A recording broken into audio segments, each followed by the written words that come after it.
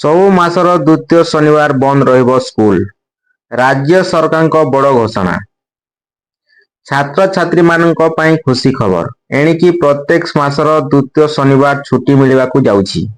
କାରଣ ବର୍ତ୍ତମାନ ଠାରୁ ପ୍ରତ୍ୟେକ ମାସର ଦ୍ୱିତୀୟ ଶନିବାର ଦିନ ବିଦ୍ୟାଳୟଗୁଡ଼ିକ ବନ୍ଦ ରହିବ।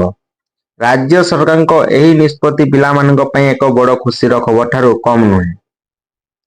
ମାସର ଦ୍ୱିତୀୟ ଶନିବାର ଦିନ ହରିୟାଣା ସରକାରୀ ଓ ବେସରକାରୀ ବିଦ୍ୟାଳୟରେ ଛୁଟି ଦିନ ହେବ। ଶିକ୍ଷା ବିଭାଗର ନିର୍ଦ୍ଦେଶରେ ଏହା ସ୍ପଷ୍ଟ ଭାବରେ ଦର୍ଶାଯାଇଛି ଯେ ଏହା ନଭେମ୍ବର 9ରୁ ରାଜ୍ୟ ସମସ୍ତ ସରକାରୀ ଓ ବେସରକାରୀ ବିଦ୍ୟାଳୟରେ କାର୍ଯ୍ୟକାରୀ ହେଉଛି। ମାସର ଦ୍ୱିତୀୟ ଶନିବାର ଦିନ ହରିୟାଣା ସରକାରୀ ଓ ବେସରକାରୀ ବିଦ୍ୟାଳୟରେ ଛୁଟି ଦିନ ହେବ।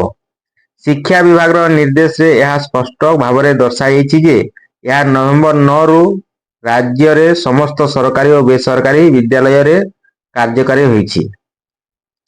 ହରିୟାଣା ଶିକ୍ଷା ନିର୍ଦ୍ଦେଶାଳୟ ଦ୍ୱାରା ଜାରି କରାଯାଇଥିବା ନିର୍ଦ୍ଦେଶରେ କୁହାଯାଇଛି ଯେ ଏହା ପୂର୍ବରୁ ମଧ୍ୟ ଜାରି କରାଯାଇଥିଲା କିନ୍ତୁ ଅଧିକାଂଶ ବିଦ୍ୟାଳୟ ଏହାକୁ ଅନୁସରଣ କରିନାହାନ୍ତି।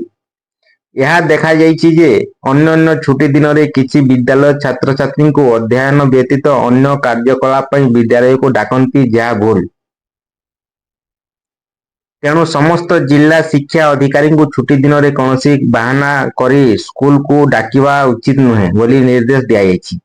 ନଚେତ୍ ଶିକ୍ଷା ବିଭାଗ ଦ୍ୱାରା କାର୍ଯ୍ୟାନୁଷ୍ଠାନ ଗ୍ରହଣ କରାଯିବ। ନିର୍ଦ୍ଦେଶାଳୟ ଏହା ମଧ୍ୟ ରହିଛି ଯେ ଯଦି କୌଣସି ବିଦ୍ୟାଳୟ ଏହି ନିର୍ଦ୍ଦେଶକୁ ଅବମାନନା କରନ୍ତି ତେବେ ବିଭାଗୀୟ କାର୍ଯ୍ୟାନୁଷ୍ଠାନ ପାଇଁ ଉଚ୍ଚ କର୍ତ୍ତୃପକ୍ଷ ନିକଟକୁ ପଠାଯିବ। ଯଦି ଏହି ପ୍ରସଙ୍ଗରେ କୌଣସି କାର୍ଯ୍ୟାନୁଷ୍ଠାନ ନିଆଯାଏ ତେବେ ସମ୍ପୃକ୍ତ ବିଦ୍ୟାଳୟର ମୁଖ୍ୟ ଏବଂ ପରିଚାଳନା ନିଜେ ଏଥିପାଇଁ ଦାୟୀ ରହିବେ।